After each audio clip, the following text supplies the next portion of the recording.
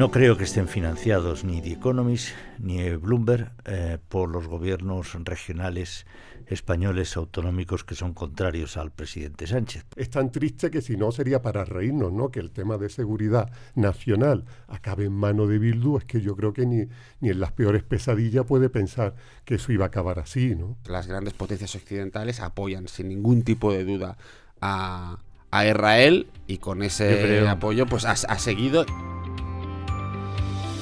Buenos días, buenas tardes y buenas noches. Ya saben, este es nuestro saludo habitual, aquellas palabras, aquella manera en que nosotros empezamos este episodio, la grabación de un nuevo episodio de La Plaza. Supongo que no nos han echado de menos. Hoy se estaba grabando hoy lunes, deberíamos haberlo hecho el viernes, pero una serie de circunstancias con las que no les aburro lo impidieron y no pasa nada. Estamos aquí. El país no ha cambiado mucho desde entonces. Lo que sí que ha engordado su nómina de socios es la fachosfera, ese tenebroso lugar donde se cocinan bulos, conspiraciones, donde se cocinan todo tipo de sortilegios para acabar con el gobierno más progresista de la historia. Parece ser que cuenta ya entre sus destacados miembros con uno más. La semana pasada iba a decir prestigioso semanario o la prestigiosa revista británica, pero no me atrevo, no sea que cometa también algún pecado muy grave. The Economist arremetía contra el presidente del gobierno. Un par de tonterías, las mismas que llevamos repitiendo en este programa desde hace ya bastantes años, bastantes episodios, ¿no? Dice The Economist que el presidente del gobierno se aferra al cargo, a la silla, a costa de la democracia española. En fin, no les voy a dar detalles del artículo de The Economist, está en las redes, está en The Economist evidentemente y está resumido por un montón de medios y ya se hablaba de eso la semana pasada. Y por lo tanto, pues supongo que muchos de ustedes estarán al tanto. Y no es nada que sea muy lejano o muy distante de lo que había dicho con anterioridad Bloomberg. Tanto Bloomberg como The Economist, sí, efectivamente, pues más o menos hacen una profesión de fe liberal, pero no son medios que puedan catalogarse de abiertamente hostiles contra el presidente Sánchez, ni contra la socialdemocracia, ni contra nada de esto. Son medios bastante serios, son medios que compra muchísima gente en todo el mundo y por algo será. No creo que estén financiados ni The Economist ni Bloomberg por los gobiernos regionales españoles autonómicos que son contrarios al presidente Sánchez. Por tanto, probablemente no les afecte la ley de regeneración democrática que quiere impulsar el actual presidente del gobierno español, el señor Pedro Sánchez. Bueno, nada nuevo bajo ese titular, al menos para los que estamos aquí y lo sufrimos, pero seguro que a lo largo de este episodio pues encontraremos matices o noticias o análisis que permitan de alguna forma apoyar tristemente ese titular, ese enfoque o del diario, esa portada del diario de The Economist. Es una de las cosas que queremos comentar. Vamos a comentar también, evidentemente, el diálogo entre el presidente del gobierno y las comunidades autónomas. Un diálogo que, evidentemente, bilateral, se está basando de nuevo sobre otro atropello. Llámenlo como ustedes quieran. Si creen que no es así, por favor, nos lo dicen en las redes o en este canal de YouTube. Que es cargarse lo que la ley 2015 del régimen jurídico del sector público prevé, que es que haya una conferencia de presidentes que debe reunirse, y ese artículo lo cita explícitamente, al menos 2 veces al año. Ni se ha reunido 2 veces en el último año, ni se ha convocado, ni tiene aviso de que pueda convocarse. Por lo tanto, otra nueva ley, otra nueva norma de nuestro entramado jurisdiccional, administrativo, constitucional, que va a quedar, por obra y gracia del señor Sánchez, absolutamente arramblado en el cesto de las cosas que no le sirven. Probablemente sea por falta de organización adecuada en la Moncloa, y no me quiero privar, aunque no es un chiste, pero ya funcionó la semana pasada, de uno de los últimos nombramientos que publica el BOE, que es el nombramiento de la directora del gabinete, del director del gabinete. Así no he repetido, no he tartamudeado, ¿eh? El BOE publicó el nombramiento de la directora del gabinete, del director del gabinete de la presidencia del gobierno. Confío en que con tantos directores de gabinetes la cosa se organice mejor y puedan convocarse las conferencias multilaterales de discusión, etcétera, etcétera. Eso es al menos en lo que yo confío. En lo que confían nuestros dos invitados lo ignoro, pero lo vamos a saber enseguida. Alejandro Ramírez y Bernat García. También detrás de todos los aparatos estos, Manu Hernández y Gina Neira. Y con todos ustedes, si les parece, vamos a empezar ya. ¿Empezamos? ¿Sí? Pues venga. Vamos a empezar. Yo he puesto sobre la mesa el artículo de The Economist. Podéis empezar sobre eso, sobre otras cosas, o sobre lo que vosotros añadiréis a ese artículo, o sobre lo que queráis, pero me temo que yo sobre mojado. Creo que no he mencionado en la introducción y evidentemente vamos a hablar, aunque solamente sea porque lo están haciendo todos y nosotros nos gusta también de vez en cuando estar en el carril, y porque creo que es muy importante en la actual política el tema de la guerra de Israel, que cumple un año. Las efemérides pues siempre dan para lo que dan, pero en cualquier caso cumple un año o un año y 2 días o un año menos 3 semanas, me es absolutamente igual.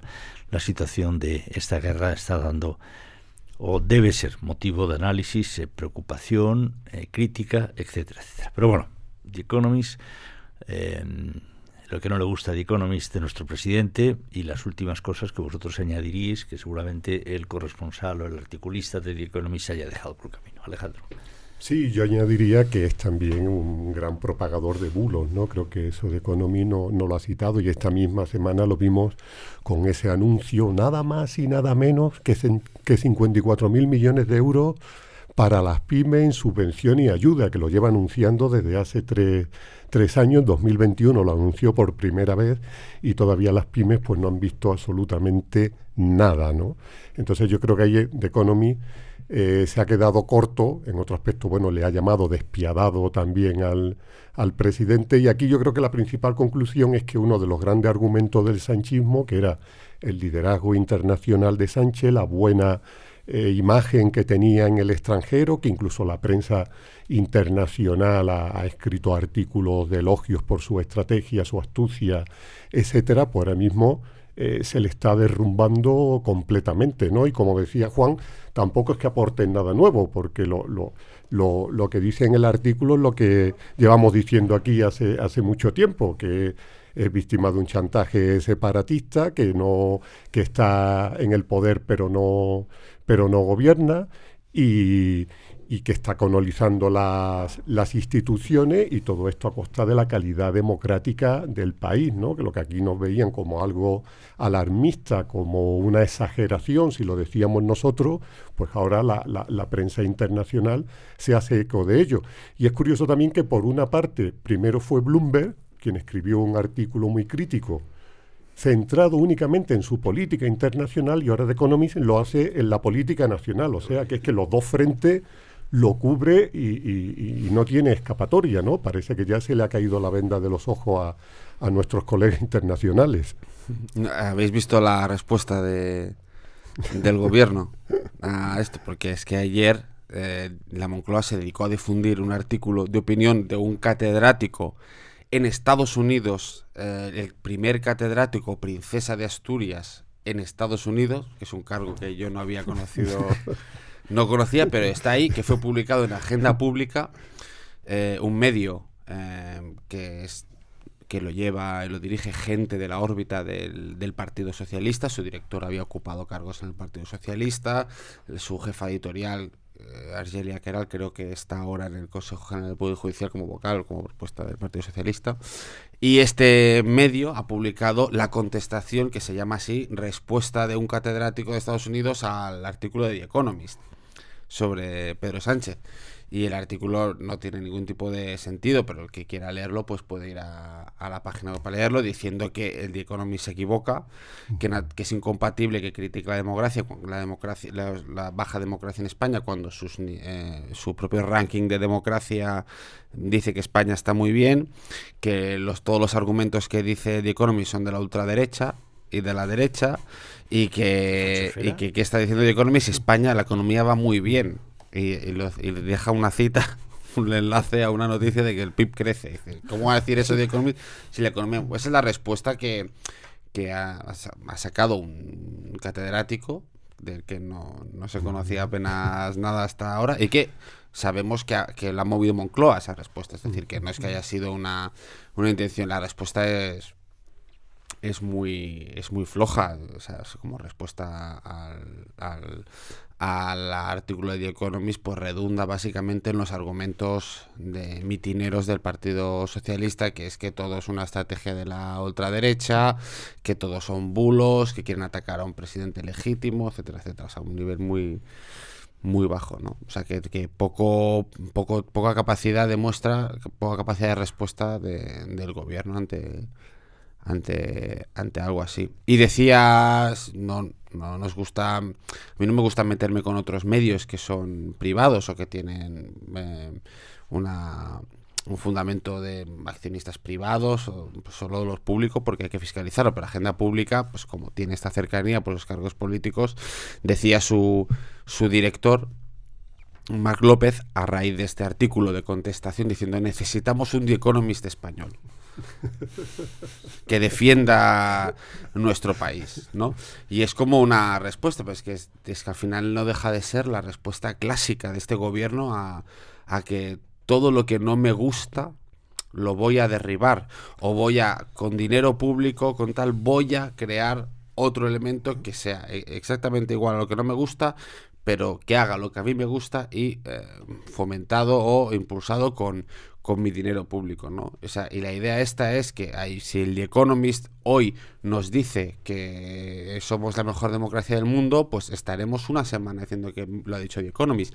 Si la semana siguiente dice que nuestro presidente del gobierno pues va a camino de ser un sátrapa y está adulterando la democracia española, pues diremos que hay que hacer otro Economist nuestro y dejar de escuchar a los otros, Le ¿no? acaban de poner deberes a Félix Bolaño, ¿no?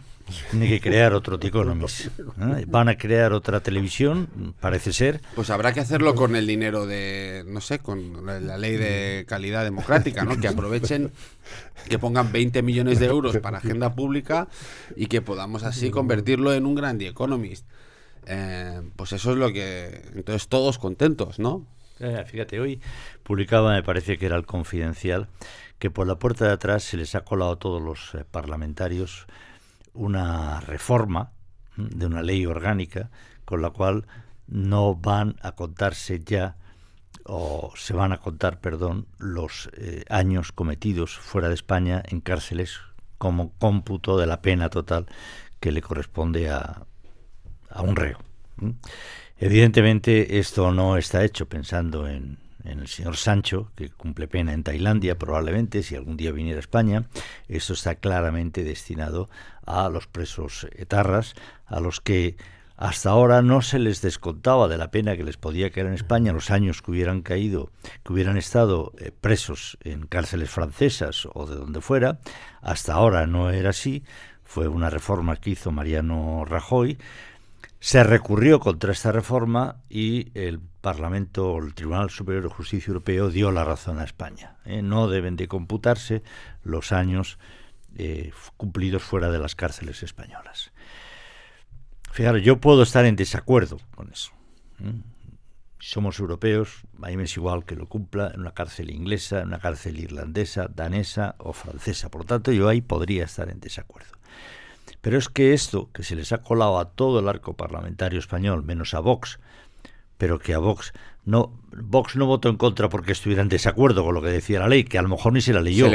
Se la colaron también a Vox, aunque se abstuviera. Se abstuvo porque decía que no podía apoyar una reforma del presidente. O sea, de este pero presidente, se la colaron igual que se la han colado a todos. Pero se las han leído, ¿eh? Pero ya digo, yo podría estar a favor de esa reforma. Pero lo grave de esto es que es una nueva reforma de ley orgánica que sale sin dictamen ni del Consejo de Estado, ni del Tribunal Supremo, ni de nadie. O sea, sale por mis huevos. No sé lo que diría The Economist, creo que esto aún no le ha dado tiempo a calcularlo. Sale por sus huevos, porque necesita los votos de Bildu, y punto. Con quien, por cierto, me gustaría también algún comentario vuestro sobre ese pacto con Bildu de nada más y nada menos la Ley de Seguridad Ciudadana. No de la vivienda, que también tendría gracia, sino de la Ley de Seguridad Ciudadana con Bildu, por el que se dan, creo que apenas 2 horas para poder ser identificado un señor que se ha detenido. 2 horas, pues fíjate, va a ir todo el mundo sin carnet de identidad a las manifestaciones, ¿no? Se prohíbe, me parece, o se avanzará en la prohibición de las pelotas de goma. Bueno, con Bildu, los impulsores de la Kale Borroka, los impulsores, aquellos en los que se inspiraron después los hechos de Barcelona, cuando se quemaban contenedores en las calles, se apedreaban comercios, etcétera, etcétera, y se intentó quemar algún autobús, en lo que eran más expertos, evidentemente, en la Kale Borroka, en el País Vasco.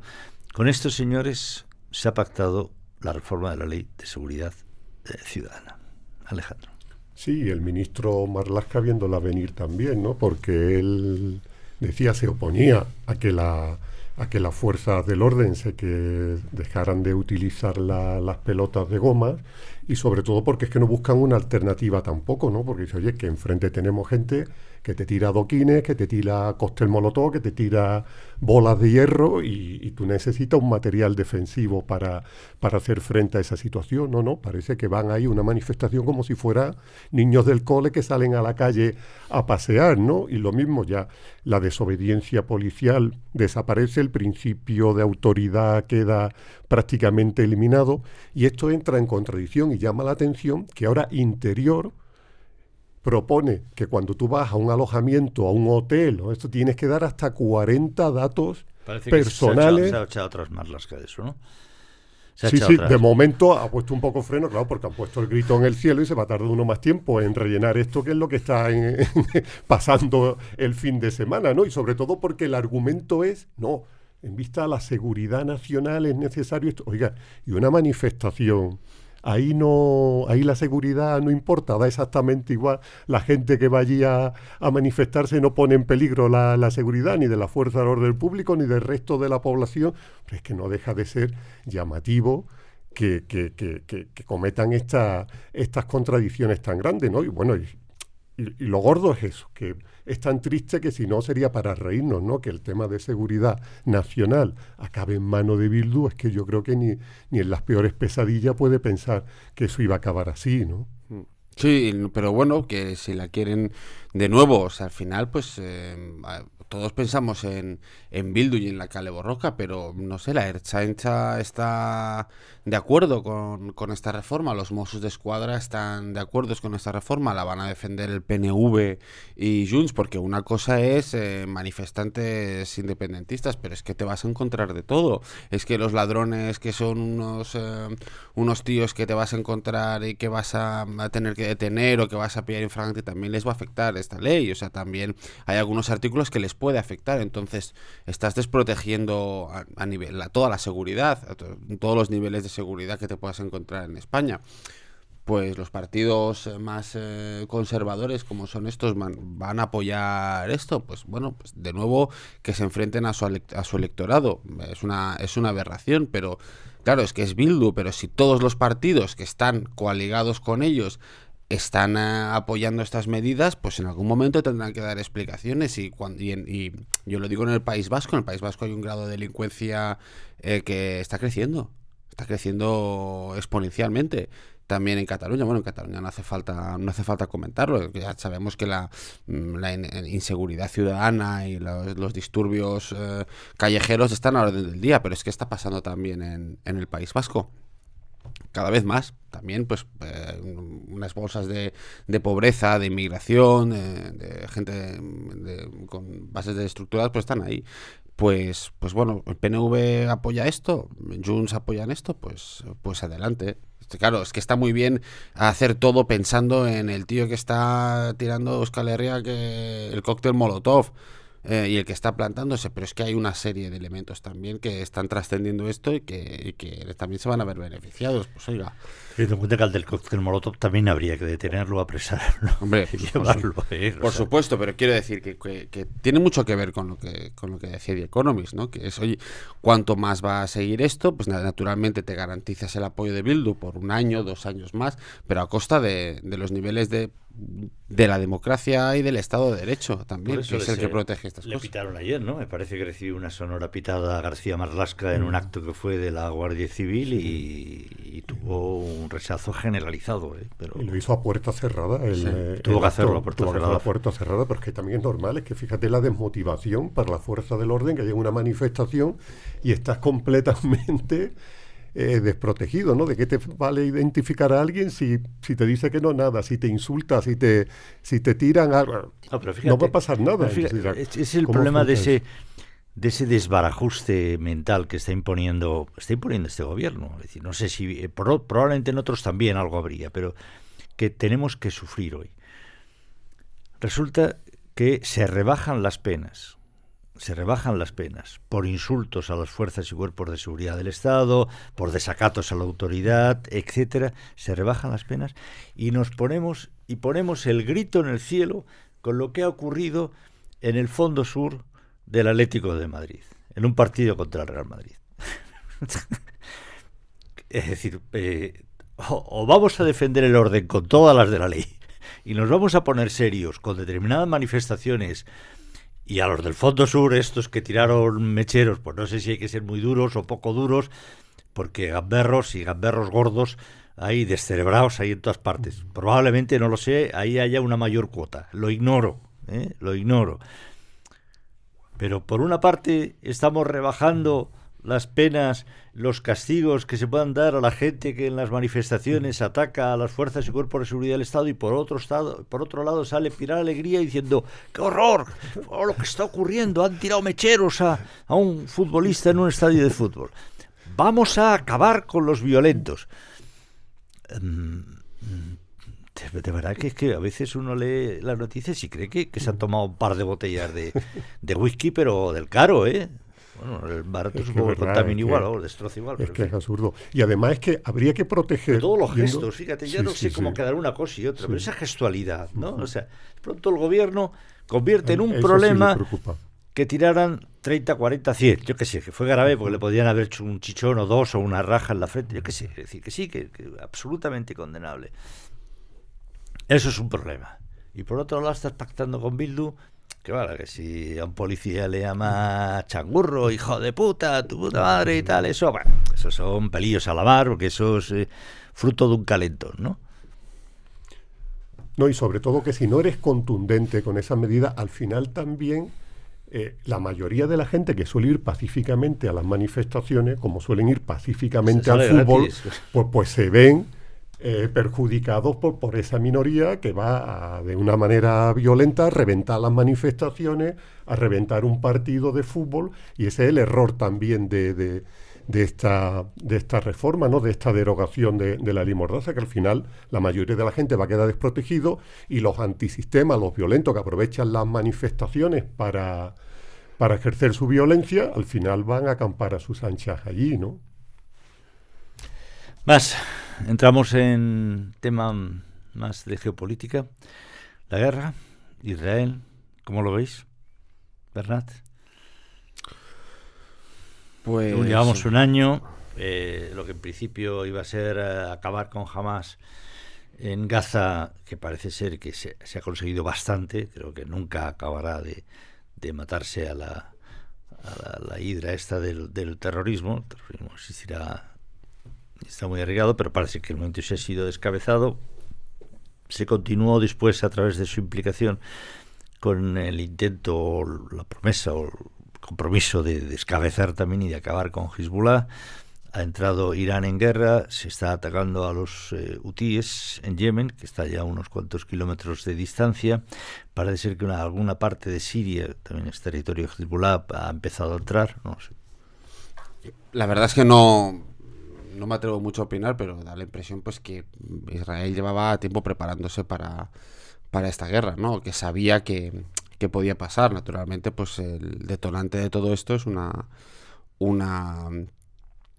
masacre que se conmemora hoy, ¿no? Hace un año que sucedió, ¿no? La entrada de Hamas y los 1400 muertos en territorio israelí, y eso fue lo que disparó sin ningún tipo de duda la guerra. Pero la ofensiva que está llevando a cabo Israel es para evitar que le vuelva a pasar esto. Jamás, desde el principio de la guerra, se supo que eran unos títeres dentro de todo el escenario geopolítico en manos de Irán, como también son títeres Hezbollah, pero esta vez con mucho más músculo.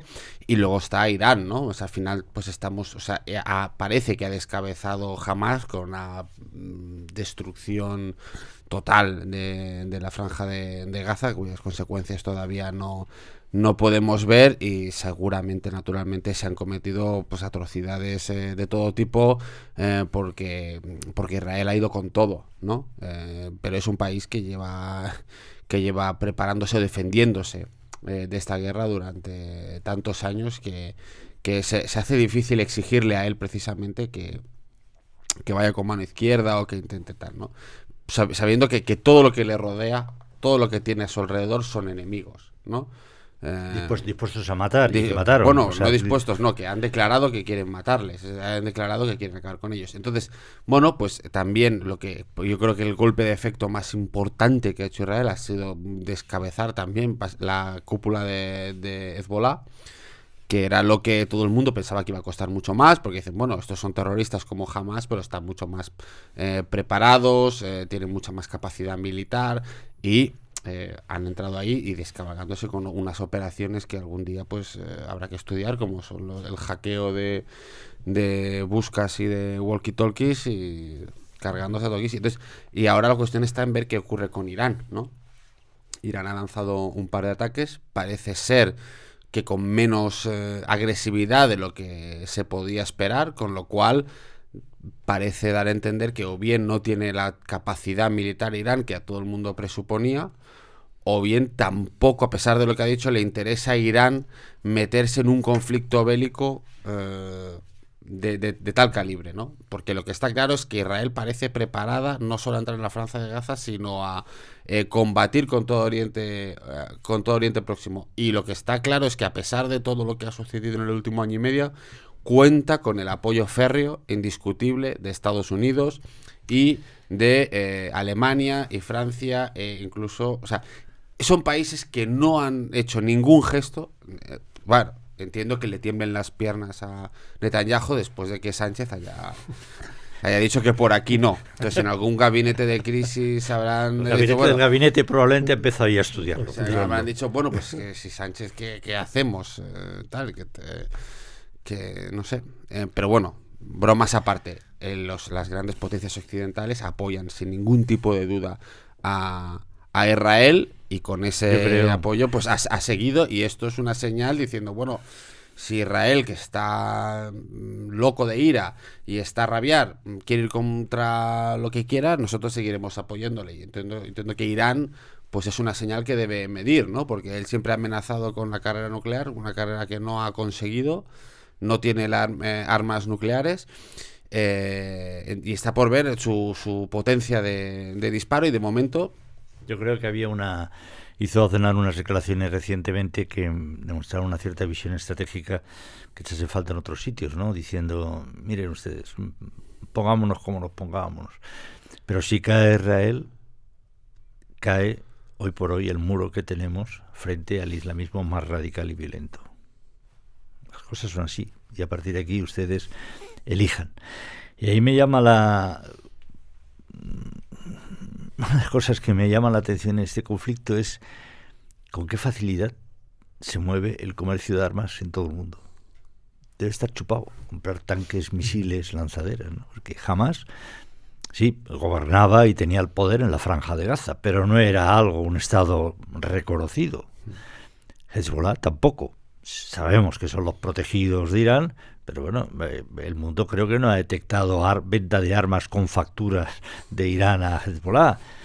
Por lo tanto, se tienen que comprar en un mercado paralelo, pero no estás comprando unas pistolas o unas ametralladoras, unos fusiles, ¿eh? Estás comprando lanzaderas, misiles tierra-aire, misiles aire-aire, misiles con capacidad de desplazarse 300 kilómetros.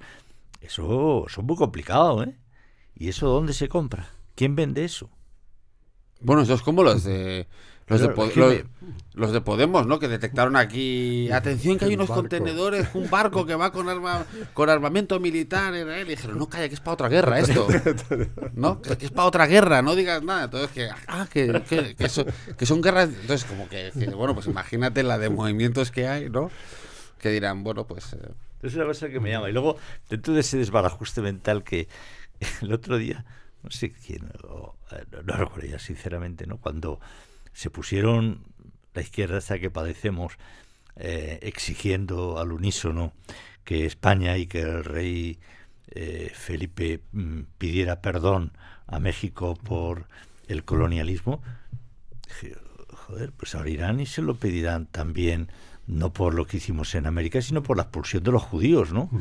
Apoyarán a Netanyahu y al Estado de Israel y dirán, exigimos con Netanyahu que España pida perdón por la expulsión de los judíos, que expulsaron a todos cuando los reyes católicos, creo, ¿no? Me parece que ahí se les ha encasquillado la pistola verbal, ¿no?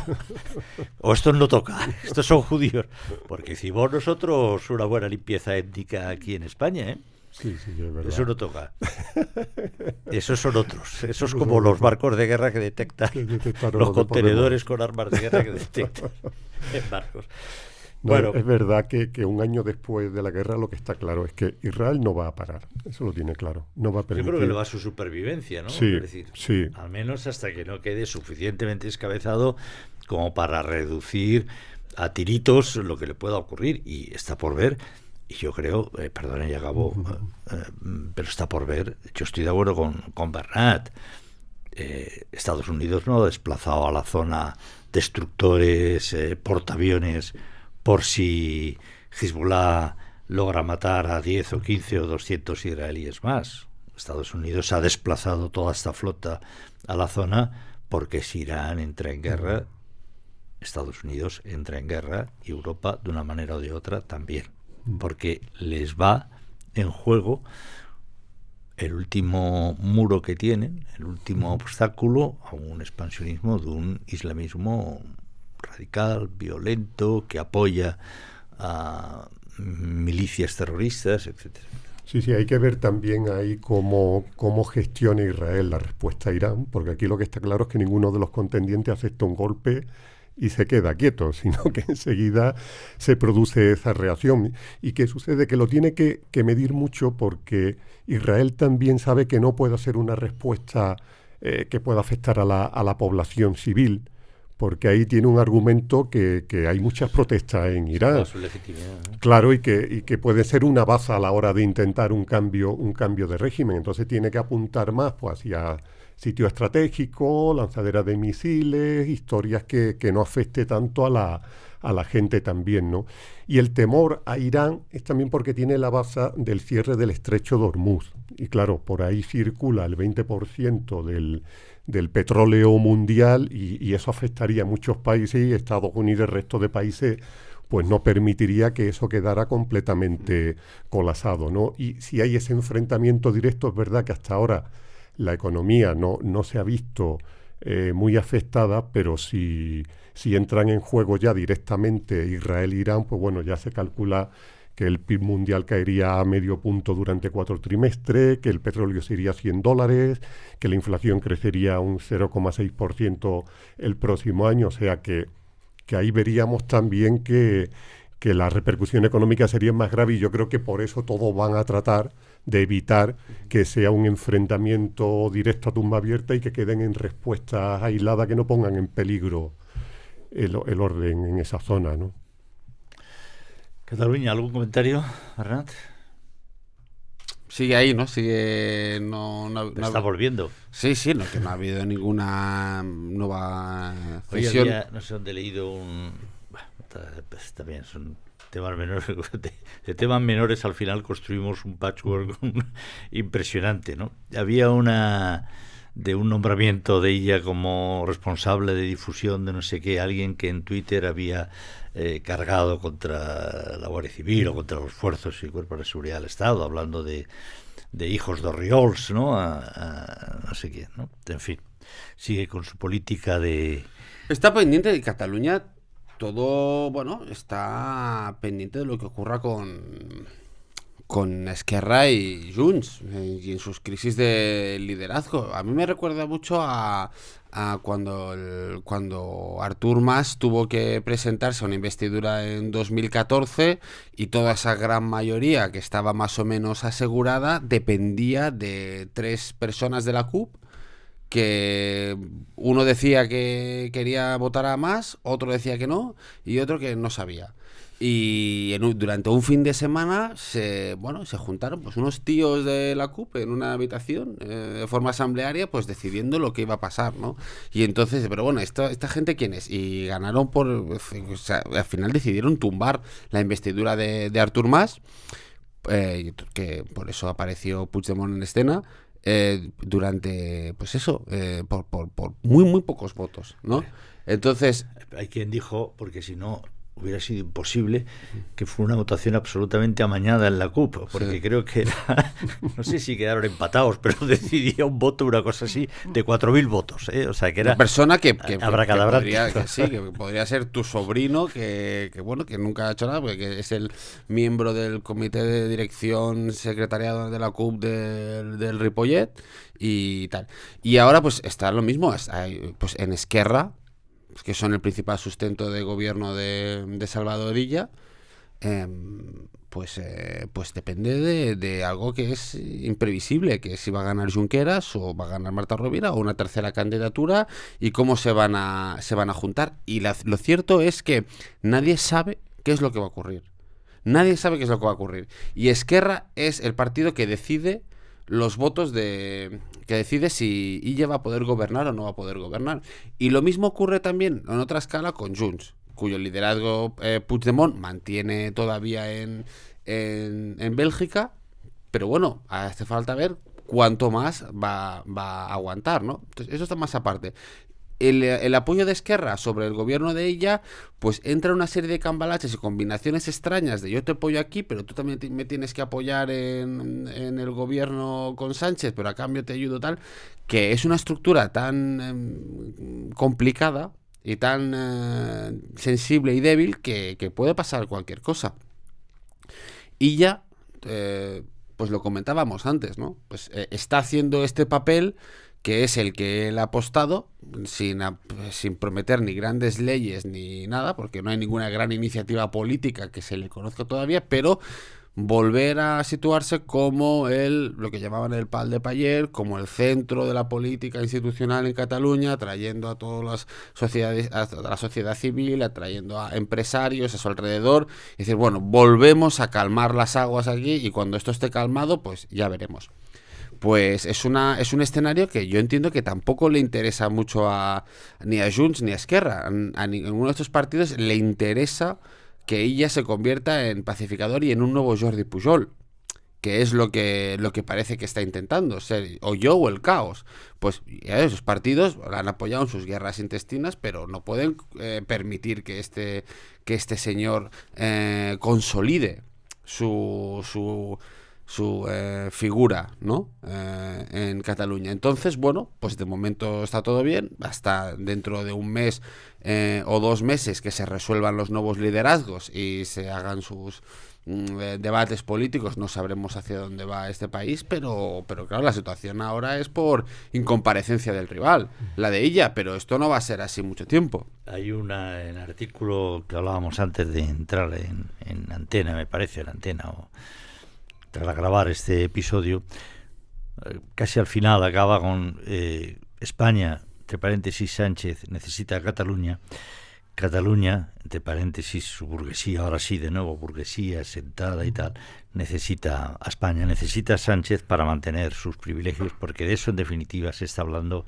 y va el cupo catalán, ¿no? Va de eso, es decir, oye, a los de aquí los vamos a cuidar, porque yo te voy a garantizar con mi peso el mantenimiento en el poder durante los años que que estén por escribir, ¿no? Sí, y este fin de semana pues ya ha tenido el primer revés en la calle también Illa, porque fue un acto a Tarragona, fue abucheado y aprovechó Puigdemont para criticarlo y decir que así puesto es lo que él espera, y al final pasa eso, ¿no? Que bueno, que la situación es tan complicada y ahora mismo pues solo puede estar haciendo gestos, porque es que no puede avanzar, es que no puede hacer nada más, ¿no? Y hasta que no se defina el futuro, como bien decía Bernat, de lo que va a pasar con Esquerra sobre todo, pues hay una la parálisis va a ser que parece ser que parece ser, estoy tocando de oídas, en una rueda de prensa de ella, de su portavoz, Silvia Paneque,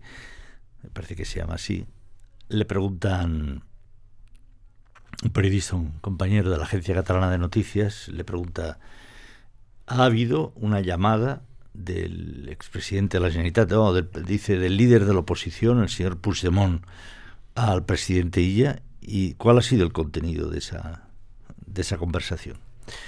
Entonces Silvia Paneque le dice: sí, efectivamente, pero el contenido es privado. El periodista dice: perdón, ¿desde cuándo las conversaciones entre el jefe de la oposición y el presidente de la Generalitat son privados? Pues desde que el presidente de la Generalitat le contesta, decide que eso forma parte de su privacidad. ¿Se acuerda? Eso mismo fue lo que yo le pregunté. Hay una canción que entra en bucle. Dice: yo me lo guiso y yo me lo como. O sea, usted decide qué conversaciones pertenecen al ámbito de la privacidad. Pero oiga, si está hablando el jefe de la oposición con el presidente de la Generalitat, tenemos derecho a saber el contenido. No me entre en los detalles. No me entre si la ha llamado Salva. No quiero detalles. Pero el contenido político, ¿cómo va a formar parte de eso de la privacidad del presidente de la Generalitat? ¿Pero estamos locos o qué? ¿Pero ustedes quién se creen que son? ¿Pero ustedes quiénes se creen que son? Son empleados nuestros. Sí, y yo me acuerdo un ejemplo. Yo cuando estaba en Barcelona sí que había, y comparecía en las ruedas de prensa y salía el presidente de la Generalitat, entonces era Artur Mas, a decir, y había un periodista catalán, que entonces trabajaba para uno de los grandes medios de Cataluña, que nos cogió a todos los que íbamos a la rueda de prensa del Consejo Ejecutivo y nos dijo: oiga, cuando entre el presidente de la Generalitat, ¿ustedes no creen que deberíamos ponernos en pie? Está entrando el presidente de la Generalitat de Cataluña, ¿no? Y dijimos: pues mire, no. O sea, no pensamos, porque no nos ponemos ni cuando entra Sánchez, el presidente del gobierno, ni cuando entran los ministros, ni cuando entra nadie nos ponemos de pie, ¿no? Y entonces esto es lo que pasa en Cataluña, porque en Cataluña el nacionalismo alimenta la historia de que es el presidente de Estados Unidos el que entra en la sala, y no cualquiera, sino el del ala oeste de la Casa Blanca, o sea, de la épica esta de tener que levantarse. Pues esto es lo que pasa, ¿no? Esta superioridad. Yo quería hacer un comentario respecto a lo anterior, y es que a un comentario que me parece que puede ser un poco contraintuitivo. Uno, que los empresarios, la burguesía catalana, el empresariado catalán, que ahora volvemos a considerar como un vector institucional importantísimo de pacificación y tal, ha pintado muy poco en los últimos años, y su capacidad de influir en la política catalana ha sido nula. Es decir, hay muy poca, o sea, si nos creemos el relato que ha existido, hay muy pocos sectores sociales que han sido tan torpes y tan ineptos a la hora de conseguir sus objetivos personales o privados, como el empresariado catalán. Si nos tenemos que creer que el empresariado catalán, la burguesía catalana, estaba detrás para conseguir que Cataluña hace 15 años obtuviera un concierto económico, pues le salió el tiro por la culata, hasta el punto de que si ellos alimentaron eso, se les volvió en su contra. Hubo un movimiento independentista que quemaba españoles y quemaba empresarios a la vez, y tuvieron que salir escopeteados, bancos, empresas, todos sacando las sedes de Cataluña como si no hubiera un mañana. Sacando las sedes y sacando personal poco a poco, aunque eso se cuenta menos, y metiendo a Cataluña como comunidad autónoma y a Barcelona como ciudad en un proceso de decadencia económica e institucional brutal.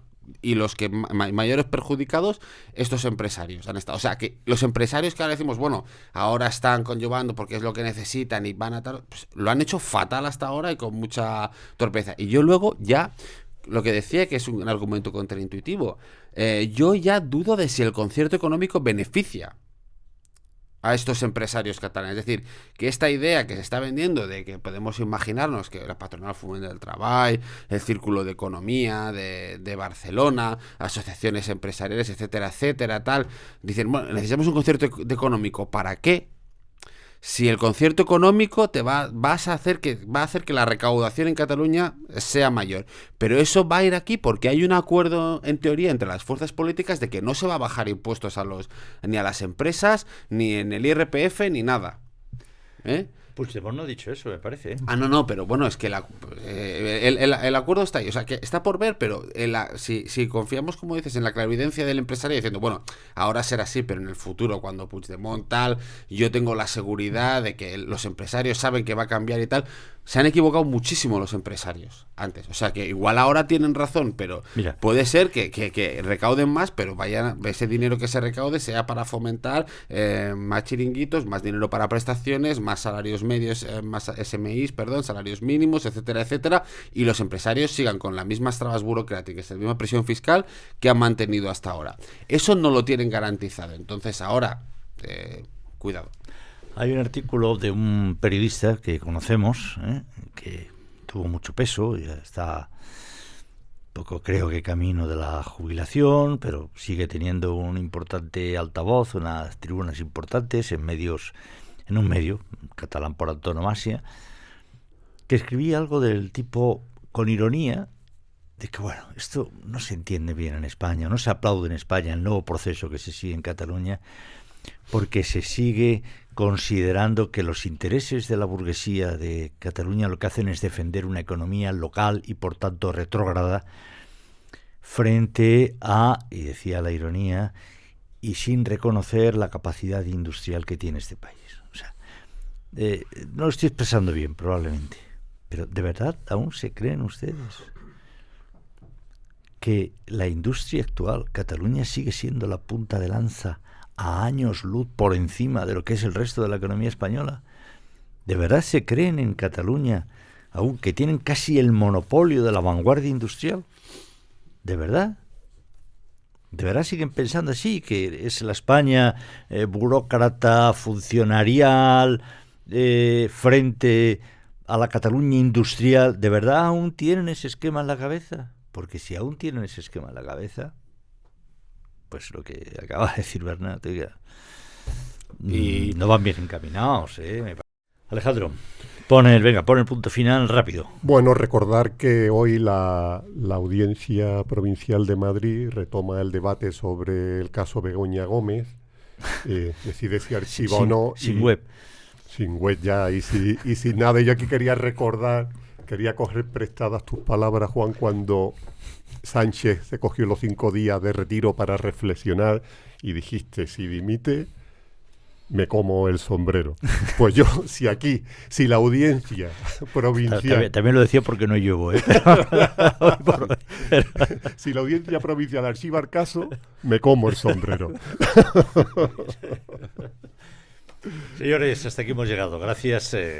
Ya ven, como de todo al final se puede sacar una puntita para hacer unas risas, aunque el panorama pues no nos invite a ello. Gracias a Manuel Hernández, a Gina Vanessa Neira y por supuesto a Alejandro Ramírez, a Bernat García y a todos ustedes, sin los cuales esto no tendría sentido, lógicamente.